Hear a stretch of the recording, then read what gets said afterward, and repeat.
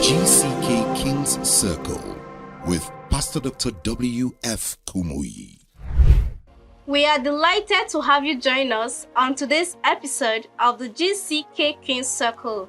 I am Princess Godia, and to co-present with me is Prince Seth. Thank you for joining us today. As we all know, in today's world, we have great and amazing leaders.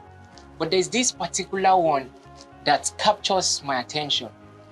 He's the author of many incredible books, an inspiration to young people globally.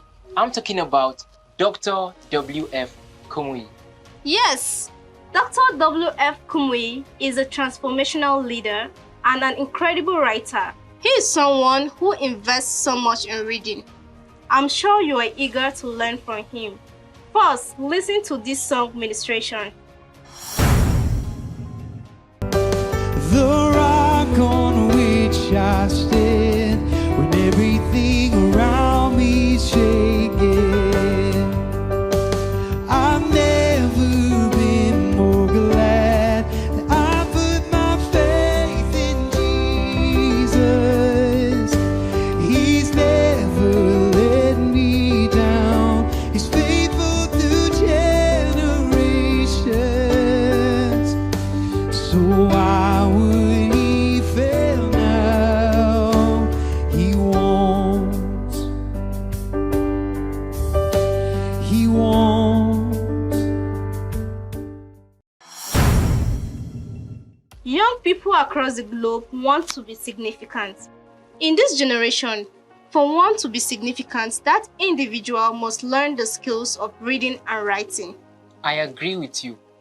Pam Alina captures the inseparable nature of reading and writing. Like he said, and I quote, reading is like breathing in, while writing is also like breathing out.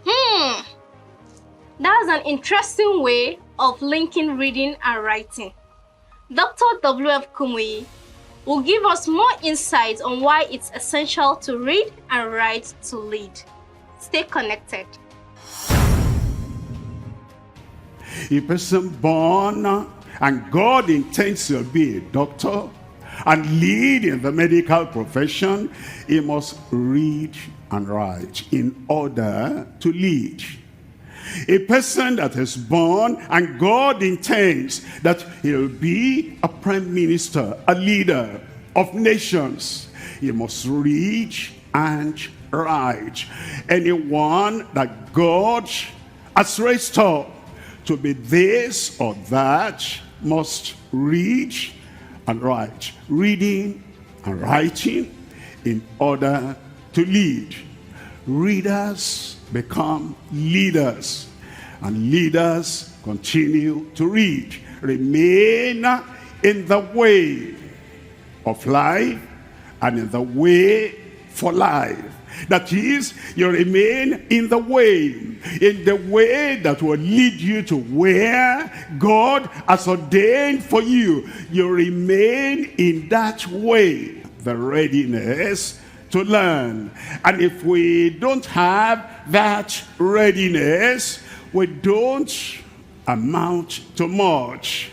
We learn, and we'll start learning the subjects. Learn the subjects, because what's this going to do for me? All this I'm learning, it's going to project you, and it's going to take you to the place where God has ordained for you.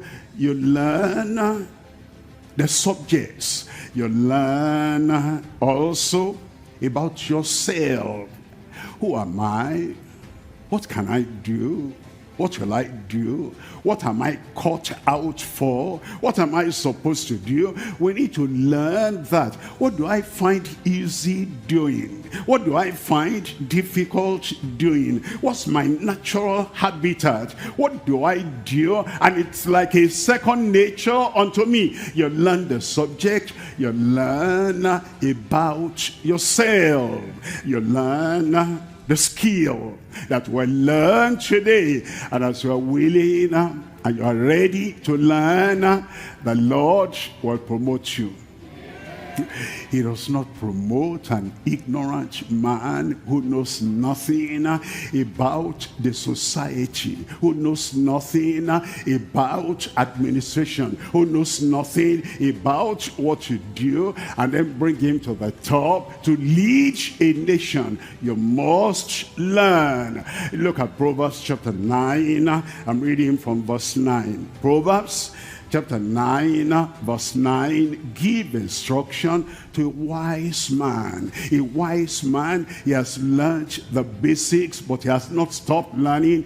Give instruction to a wise man, and he will be yet wiser. Teach a just man, and he will increase in learning, reading, and writing, in order to lead. Now, why do I read? Well, when you were young, you were reading because there is an exam for you to pass. You read to relay. You read to recite. You read to give them back what you have learned. And as you go on in life, will learn to retain. You learn, you read, we're reading, so that we retain what we have read. If you read, and you read in such a way that you don't retain what you read, it amounts to nothing. It's like you have not read, because when you get to the exam, you cannot relay, you cannot reproduce. We learn so that we can reactivate. There is that thing within us that will lie dormant, that will lie dead if we don't read. But when you read, you wake up that sleeping giant and that sleeping professor that is on the inside of you to reactivate what you have. And we read so that we can research. The author, the writer of this topic, of this subject, I got to this level. I read him. I don't stop with him. I read to research and go beyond him. That is how knowledge increases. But then I read to realize everything I've read, to bring practical performance to what I have read. If I learn that this is injurious, that learning must be retained, and I must remain in that way for life.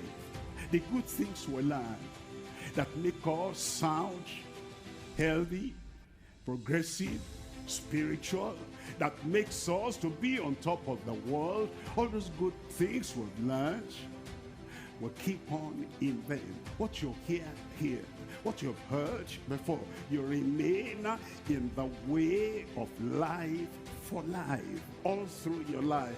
And then at the end, you'll have the joy that you are a learner, a leading learner, a promoted learner, a progressing learner.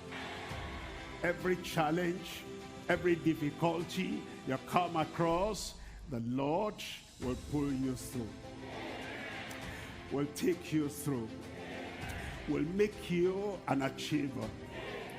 Nothing, no stumbling block, no opposition, no pressure, no rejection. Whatever your power can do in every life. We thank you because we know you have answered. In Jesus' name we pray. Seth, I'm inspired by the sentence, readers are leaders and leaders continue to read.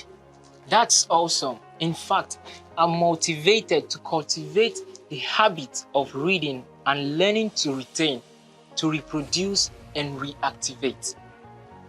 Our viewers, I hope you got something too, and you are equipped with the readiness to learn. Readiness to learn is essential for all aspiring leaders. You can be a leader. We look forward to having you join us on our next episode.